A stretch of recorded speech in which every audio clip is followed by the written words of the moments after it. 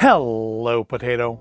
We used to go to a Japanese restaurant that had a quote on their menu that read, "A meal without rice is no meal." And while I'm not 100% on board with that, I mean, I like French fries and, pasta and stuff too, mashed potatoes, but it's a good sentiment, and because I do quite like rice, which is why today we're having rice for lunch. And it's not just any rice, it's fried rice, but not fried rice from like your local takeaway. No. This is fried rice from the microwave, but not necessarily. It's bibigo fried rice, Korean barbecue flavor. It says it's microwave ready in 90 seconds, and I hope it's good because I got quite a bit of it here. We got 12 bowls of it. Now we've tried, not on the channel, but we've tried some of these like microwave rice tub things in the past, and white rice and brown rice, and largely before we got a rice cooker, because I mean, you can make a couple cups of white rice in a rice cooker in like 20 minutes, and the hardest part about it is the washing of the rice. But I've always found these microwaved rices to be, I guess I should leave it sitting up, shouldn't I? These microwaved rices to be a little, I don't know, a little off. Like they have kind of an unusual smell to them. And I've tried multiple ones. I've tried bibigo and I've tried one or two other brands as well. And they uniformly have like kind of a weird smell to them. They're very gummy. I mean, they're fine in a pinch. And if you want sticky rice, you're not going to get that like using minute rice. And honestly, minute rice doesn't take a lot less time to make than just real rice in a rice cooker. But they've always been just a little bit kind of off. And generally, we don't get them because, again, it's so easy just to make rice in the rice cooker that it's not necessary. But this one sounded interesting because fried rice. Now, fried rice in a microwave, this makes me think of like the stir-fried cup noodles where they taste in no way stir-fried because they're water in a cup. There's no way you're going to get that stir-fried mouthfeel soaking something in water. And I feel like we're going to have the same issue here. These, I don't think it's going to have a very fried ricey texture coming out of the microwave. Maybe like a reheated fried rice texture. But the interesting thing is they aren't just, it's other side. You don't just have to do them in the microwave. They do have skillet instructions as well. So for the microwave, you peel the film back, nuke it for 90 seconds and serve. For the skillet, you dump it in the skillet on medium heat with 1 teaspoon of oil and heat thoroughly for 1 to 2 minutes. So not even that much more time, but considerably more cleanup, of course, until warm and serve. Now, while we're over here, bibigo is a brand I've tried before. I've tried some stuff on the channel. I've had some stuff just, in life. I quite like bibigo as a brand. They're pretty good. I don't think I've ever tried anything yet from bibigo that is like, ooh, that's awful. I mean, I think they're like microwave rice was a little iffy, but that's, I think, just part of rice. So the container contains 12 servings. That's because there's 12 bowls in it. 360 per serving. 32% of your daily sodium, so it's going to be a little salty, which makes sense. I mean, there's soy sauce in this. It's brown rice. We have textured soy protein, water, carrot, sugar, rice bran oil. So yeah, the stuff we're seeing on the front here that looks of meat is clearly not meat. It's that textured soy protein. But I'm wondering then, because I don't see anything in here that is meat. It's like, it's got onion and garlic and spring onion and garlic oil. So I'm not seeing anything in here that looks like, meat to me, or even an animal product. But it does not say it's vegetarian. So I don't know what to make of that. I've looked over here to see if this, they usually have on these things, it's vegetarian, it's gluten-free, it's kosher, halal, whatever other, no GMOs, or yes, GMOs. But yeah, they don't seem to have anything like that on this box. Let's open it. Let's see if the individual bowls look like. Maybe they have some more detail. But I think I'm going to try to make this both ways today. We're going to nuke one for 90 seconds and skillet fry one for 2 minutes. And give it a, because I honestly don't think these are going to be that great in the microwave. I mean, good to take for like a lunch, just kind of what we had in mind when we got them. I love that they made these boxes like easier to open like cleanly. I mean, we're gonna toss the box and probably stick these in a cabinet, but I'll take up considerably less space stacked up. You know what, let's just jump ahead till I got it open. All right, here we go, now we're in. So there's what our individual bowls look like.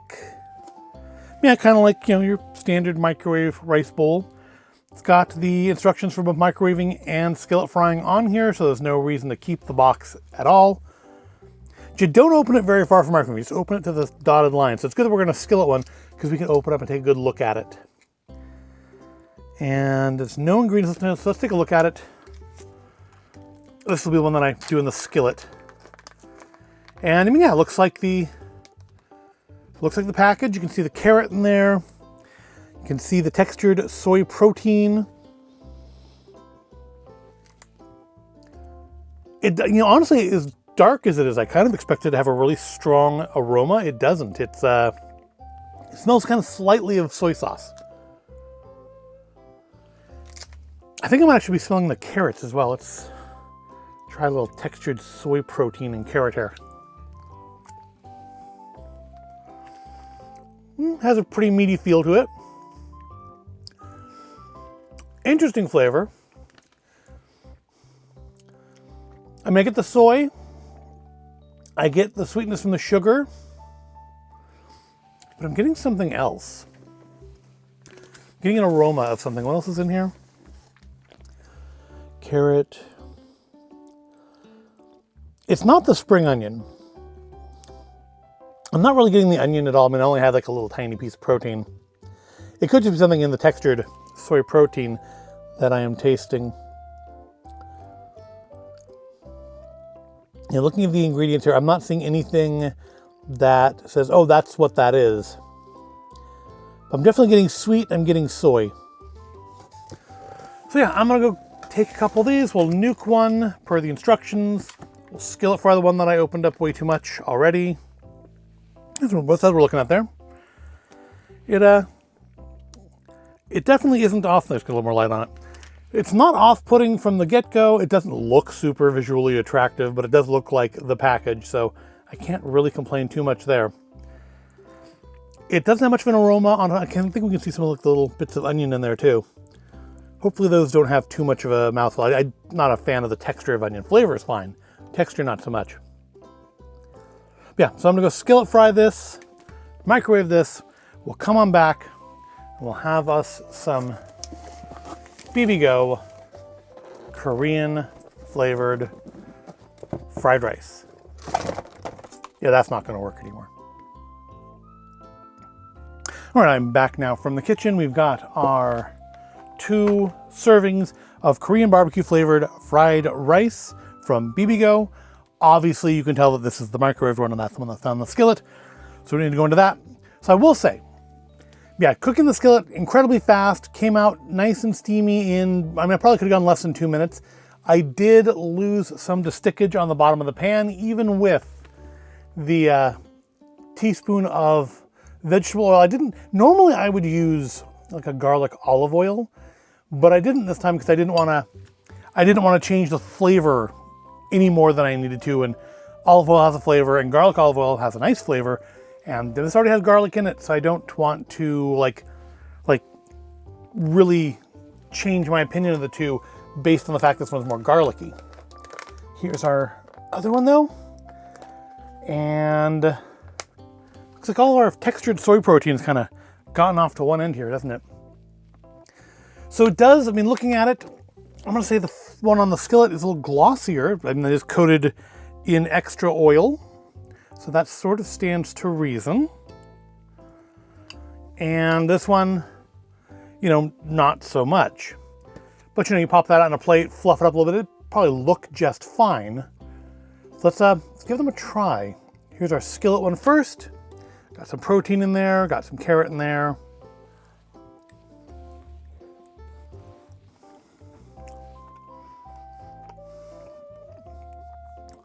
It still has a little bit of that gummy issue though. The rice is a little bit firmer than I would normally cook rice. It's got some toothiness to it, some some toothsomeness, is that the right term? It needs, you know what it needs? It needs heat. It's a very sweet soy flavor. It's not bad. Not by any means is it bad. But I am actually absolutely going to add some, I don't know, some gochujang or something to this, maybe sriracha, when I'm done and go to actually finish my lunch here. Let's try the microwave one. So I mean, obviously we're going to have that same sort of toothsomeness to the rice. Honestly, not that much of a difference. It's definitely is different. I mean, there's a mouthfeel difference to this. Probably partially because of there being less oil in it. It's a little more, maybe gooey, a little more gummy than this one. But this one got separated in the cooking process, and that one, of course, is all still caked together. If I fluffed it up, that might, you know, change that a little bit.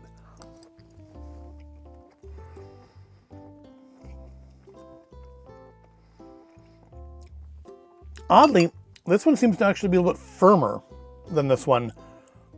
Maybe because it got dried out more in the frying process. I mean, they're both dense, like kind of chewy rice. But this one somehow, maybe drier is the right term. I suppose that my indecisiveness ultimately means that it doesn't make that much of a difference in how you cook it. I'm gonna say the biggest difference is this one feels a bit wetter, and the rice is maybe a little firmer in this. Still not quite like, you know, takeaway fried rice. It doesn't have that mouthfeel to it. Maybe if I skilleted it longer, or maybe if I just had used a more appropriately sized skillet. I do tend to use a very large skillet for very small things. And when it comes to like putting oil in, I think that doesn't always work out super well for me.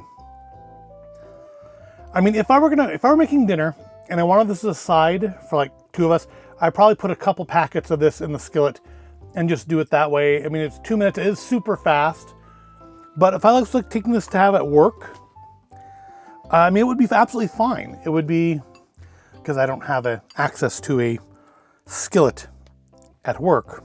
I mean, I suppose I could bring one, but I mean, this would be fine for like a quick work lunch.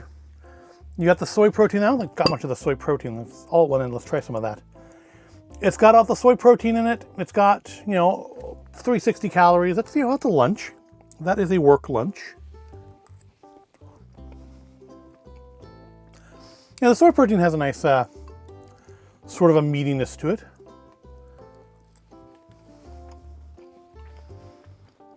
I will say, I expected there to be a much bigger difference in frying it to microwaving it, and there really isn't that big of one. So it's okay microwaved. At home, I would still fry it, unless I was just like being super, super lazy. Which, to be fair, if I'm getting shelf-stable packet rice, I'm probably being fairly lazy, right? But yeah, there's not as big of a difference between the two that I thought there would be, which is, I find interesting.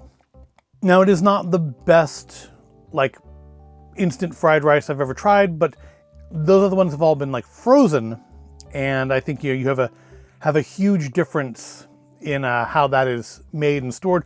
For something that is kept at room temperature, just on the cabinet or on the shelf in the cabinet, I mean, I guess you put it on the cabinet too, if you have like a shelf on top of the cabinet, you put it on top of the cabinet, but something that's just kept at room temperature, it is perfectly fine. I mean, you didn't need to add anything to it for the microwave, just need a small amount of oil if you want to fry it up. And I want to say the sell-by on this, I have that kind of propped up there. I don't want to move it because it'll fall over again. But most of the sell-by on this was 2026, so this is good for over a year from when we bought it, which is good. It's a nice thing just to keep on hand. If you want something quick and savory, again, for me, it needs spice. It's I prefer more savory than sweet. It is quite sweet. It's like very sweet, very soy. I need some spice. That's just my personal preference. I'm going to go add some to that before I finish eating my portion of this. But it's fully acceptable. It's not as good as I had hoped, but it is far better than I had feared. It's something I would probably buy again if they continue to stock it. And if bibigo is doing more of these kind of fried rice, because the fact you've specified Korean barbecue flavor makes me wonder, are there other flavors? Do you have other, I mean, bibigo is predominantly Korean, I think entirely Korean stuff. So I'm not expecting to find like Japanese fried rice or Chinese fried rice in there. But I feel like there may be other flavors out there that I will have to take a look for, keep an eye out for, and maybe come back and do more videos on. But this is a success. But this is a success. Fully approved. Just needs some spice, personal preference. And again, surprisingly, not that different to me between skillet frying and microwaving, which I really thought there would be a market difference, and there just really isn't. So I'm gonna go finish my lunch. I'm gonna add some hot sauce to mine and finish some lunch. And then I guess I don't edit this video or something, I don't know. But I hope you found it at all interesting or entertaining. If you did, go ahead, give it a like, subscribe to the channel. I do thank you for watching, and I'll see you in the next video.